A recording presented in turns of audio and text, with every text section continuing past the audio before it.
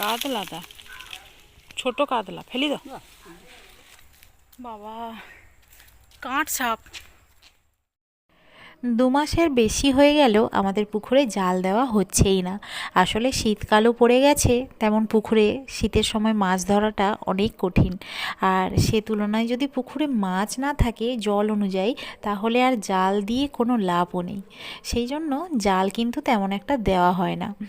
আর বাবার কালকের পড়ে গিয়ে হঠাৎ করে হোঁচট খেয়ে পড়ে গেছে, পড়ে গিয়ে পায়ে চোট পেয়েছে, পায়ে ছিঁড়ে গেছে, ফুলেও গেছে।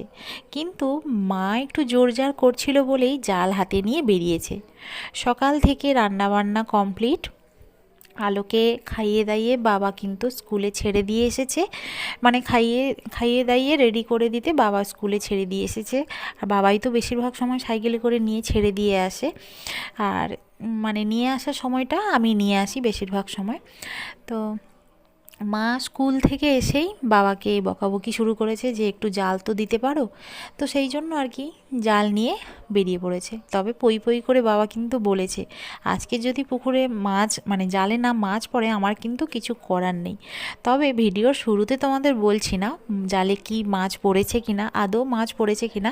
অবশ্যই কিন্তু পুরো ভিডিওটা তোমরা দেখতে থাকো। বাবার বয়স হয়ে যাওয়ার কারণে আস্তে আস্তে বয়সও বাড়ছে, জাল তেমন দিতে পারে না।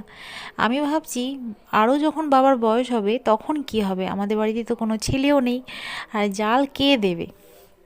আমাদের গ্রামের দিকে অনেক মেয়েরা এই জাল দিয়েই কিন্তু জীবিকা নির্বাহ করে। জাল দিয়ে জাল জাল দিয়ে মাছ ধরে, মাছ ধরে কিন্তু জীবিকা নির্বাহ করে। কিন্তু আমরা তো সে জায়গায় জাল দিতে পারি না।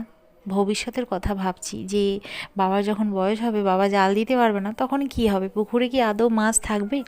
আদৌ কি আমরা জাল মানে পুকুরের মাছ খেতে পারবো? জানি না। তখন হয়তো আমাদের মাছ কিনে খেতে হবে।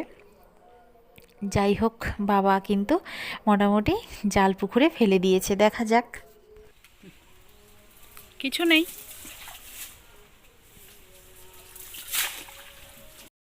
জালের প্রথম পাটাতে কিন্তু বাবার কোনো মাছই ওঠেনি।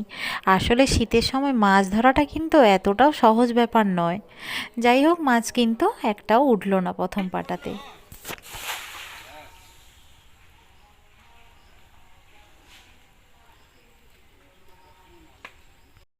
নাই নাই করে অনেকবার কিন্তু বাবা জাল দিল, তবে মাছ কিন্তু আর জালে নেই। বাবা ভেবেছিল এই পাটাতে হয়তো জাল মানে মাছ হয়তো আটকেছে, কিন্তু শুধু পালা ভর্তি আর পাতায় ভর্তি। আসলে আমাদের পুকুরের চারিদিকে তো গাছপালা, যে কারণে পাতা পড়ে পড়ে পুকুরটা পুরো কি বলতো পাতায় ভর্তি করে দিয়েছে। পাঁকে ভর্তি হয়ে গেছে এই পাতায়, এত পাতা পড়েছে। তো কি করা যাবে বলো, পুকুরে যদি মাছই সেভাবে না থাকে, জাল দিয়ে আর কি হবে। বাবা কিন্তু পই পই করে বলেছিল যে এই শীতের সময় মাছ পড়বে না। তো যাই হোক, অবশেষে একটা মাছের দেখা পেলাম, তাও আবার ছোট কাতলা মাছ। আর এই ছোট কাতলা মাছ তো খাবো না, তাই বাবা কিন্তু এই মাছটা ছেড়ে দেবে। আর সঙ্গে অনেকগুলো পুঁটি মাছ পড়েছে, ওই 7-8টা মতো হবে। তো পুঁটি মাছগুলো আর ফেলে দেওয়ার দরকার নেই, পুঁটি মাছগুলো মোটামুটি নিয়ে নিয়েছি। আর কিছুই যখন পড়ছে না, পুঁটি মাছ পড়ছে, সেগুলো তো আর ফেলে দিলে হবে না, কষ্ট করেই ধরা।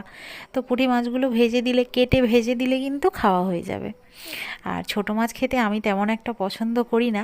বাড়িতে সবাই কিন্তু পুঁটি মাছ খেতে বা ছোটো মাছ খেতে পছন্দ করে, তবে আমার কিন্তু একটু বড় মাছ খেতে ভীষণ ভালো ভালো লাগে আর কি, পছন্দ করি বড় মাছটা, ছোটো মাছটা তেমন একটা পছন্দ করি না। তো বেশ অনেকগুলো পুঁটি মাছ পড়েছে, এই যে এই পুঁটি মাছগুলো নিয়ে নিচ্ছি। কিছু না পড়লে আর কি করা যাবে বলো, সেই জন্য পুঁটি মাছ তো পড়েছে, সেই জন্য পুঁটি মাছগুলো নিয়ে নিলাম।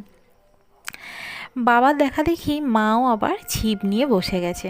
আসলে বাবা জাল দিচ্ছে, জাল দিতে এত জাল দিল অথচ মাছ পড়ছে না। সেই দেখে মা তো বকাবকি করে জাল দিতে নামিয়েছিল, জালে তো মাছ পড়লো না। সেই জন্য মাও বসে গেছে ছিপ নিয়ে, কিন্তু মার ছিপেও কিন্তু কোনোই মাছ লাগেনি আজকের। ঝালই দিতে পারে, বয়স হয়েছে আর পারেনি।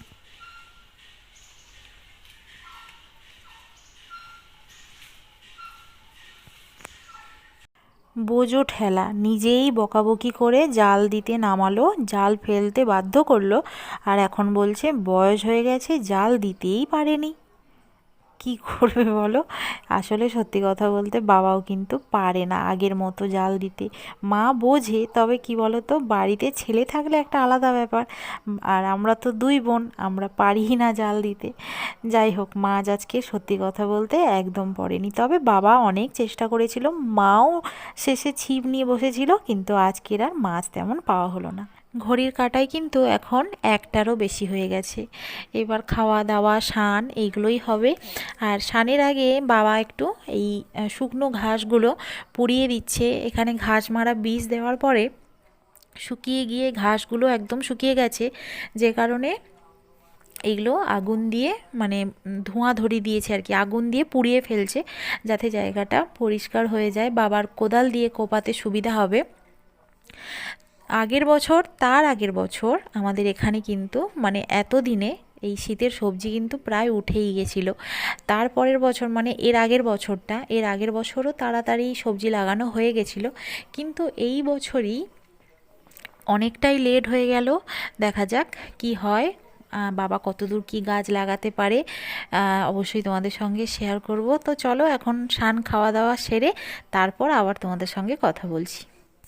আজকে জাল বাবা এত দিল, তারপরে মাও বড়শি নিয়ে বসেছিল, কিন্তু কোনো মাছই লাগেনি। আসলে শীতের সময় কোনো মাছ ঠিক পড়তে চায় না। মা অনেক সময় বড়শি নিয়ে বসে থাকে, তারপরে গিয়ে কিন্তু কোনো না কোনো একটা মাছ টাছ লাগে। বাবা, কাঁট সাপ!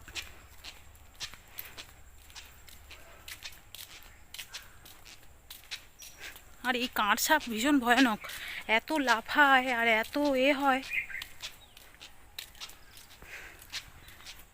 মানে রাস্তা দিয়ে গেলে এই সাপ দেখতে পাবোই। যাই হোক, যেটা বলছিলাম আর কি, যে শীতের সময় মাছ তেমন একটা পড়তে চায় না, আর রোদটা বেশ ভালো লাগছে এই সময়, কারণ শীতের সময় তো। স্নান করেছি, এইমাত্র স্নান করেছি, এইমাত্র খেলাম, খেয়ে নিয়ে মেয়েকে স্কুলে আনতে যাচ্ছি, এখনও 2টো বাজেনি, 2টোর সময় করেই ছুটি হয়ে যায়। তো শীতকালে তেমন একটা মাছ পড়তে চায় না, যাদের পুকুরে মাছের পরিমাণটা বেশি তাদের হয়তো পড়ে, আদারওয়াইজ যাদের পুকুরে জল অনুযায়ী মাছ কম তাদের মানে মাছ পড়তে চায় না।